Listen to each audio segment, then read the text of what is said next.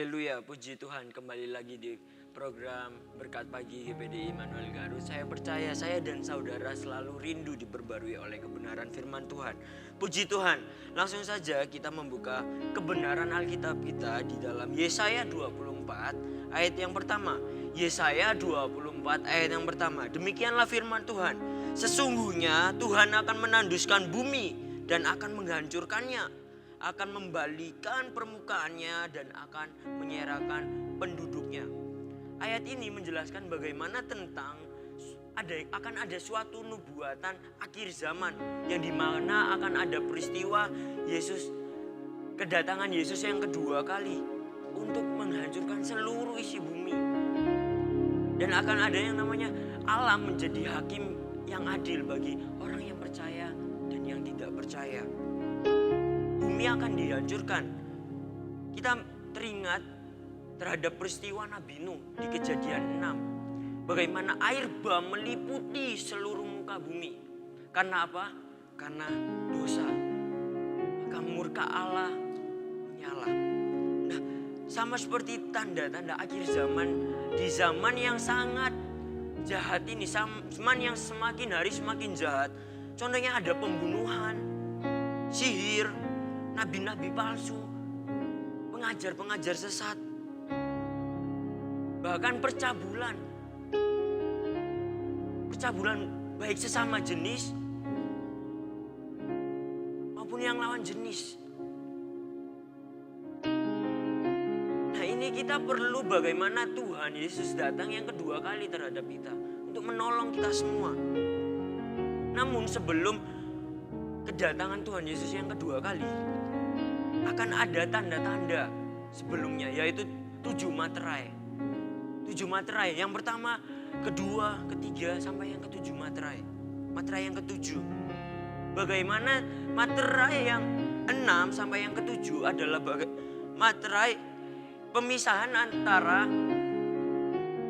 gereja sempurna dan yang tidak sempurna. Di tengah-tengah 6, 9, 7 ada pemisahan, pemeteraian gereja sempurna dan tidak sempurna. Orang yang benar-benar sungguh di hadapan Tuhan dan orang yang setengah-setengah di hadapan Tuhan. Dan kita sekarang ada di materai 4 mau ke 5. Materai 4 adalah bagaimana wabah penyakit. Tahun lalu corona melanda dunia. Sekarang ada di materai ke-5 bagaimana aniaya terhadap orang percaya. Sangat-sangat jahat.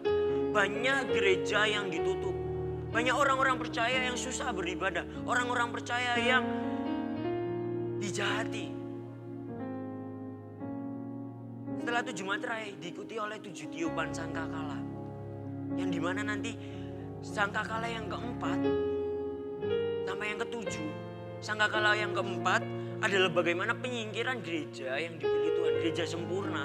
Orang-orang yang benar sungguh-sungguh di hadapan Tuhan disingkirkan ke padang gurun. Dan setelah penyingkiran tersebut akan ada masa pemerintahan antikristus 3,5 tahun. Bagaimana antikristus benar-benar memerintah di dunia, di bumi dengan sangat keji dan kejam. Dan akan diikuti oleh 7 cawan murka Allah. Yang dimana nanti ada cawan murka yang ke-6 tidak langsung ke-7.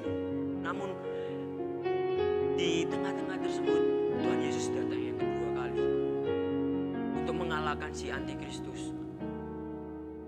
Dan yang cawan murka yang ke-7, Allah memusnahkan semua bumi yang penuh kejahatan. Maka terkenalnya Yesaya 24 ini.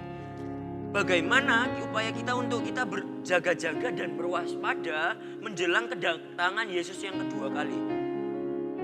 Bagaimana upaya kita untuk berjaga-jaga dan berwaspada menjelang kedatangan Yesus yang kedua kali.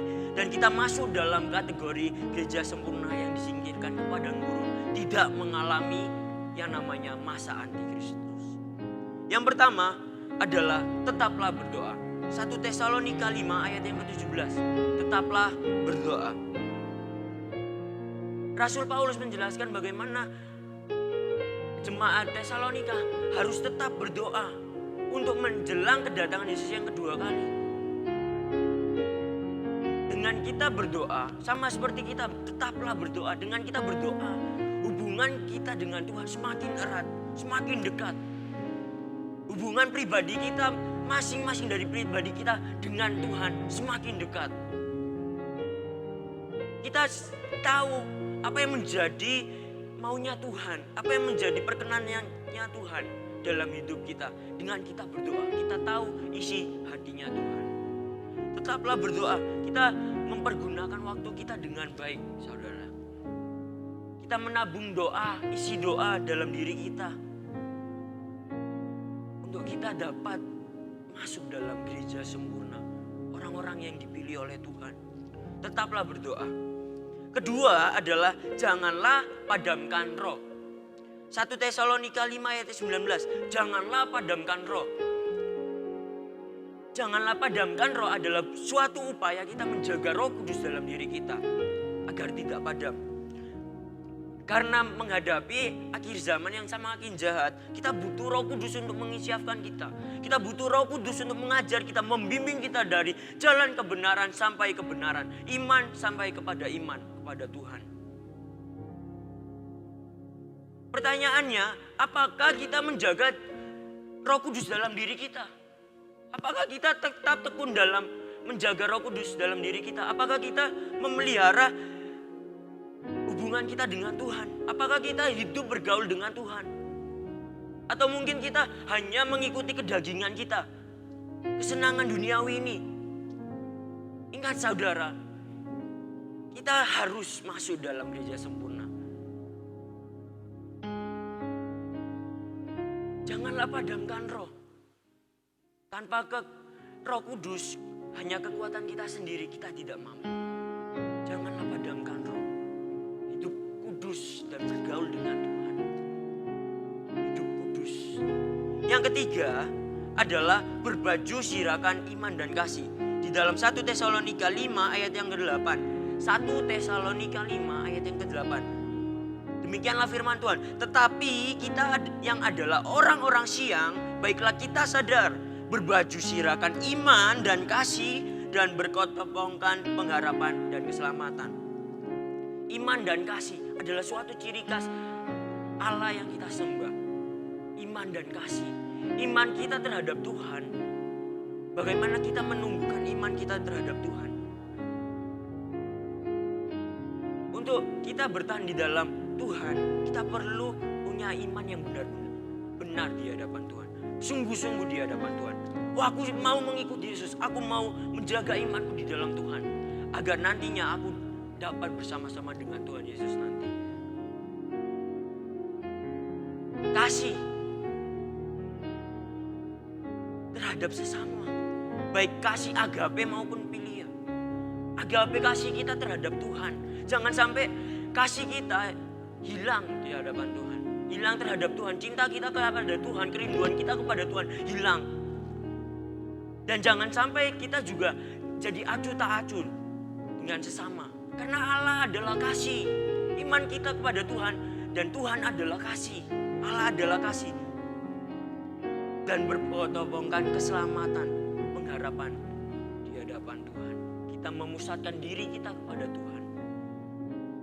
Kita memprioritaskan Tuhan sebagai sumber keselamatan. Lakukan hal yang berkenan di hadapan Tuhan.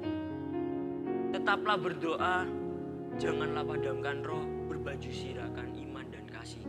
Sehingga nanti kita masuk dalam gereja sempurna dan menyongsong kedatangan Tuhan kedua kali.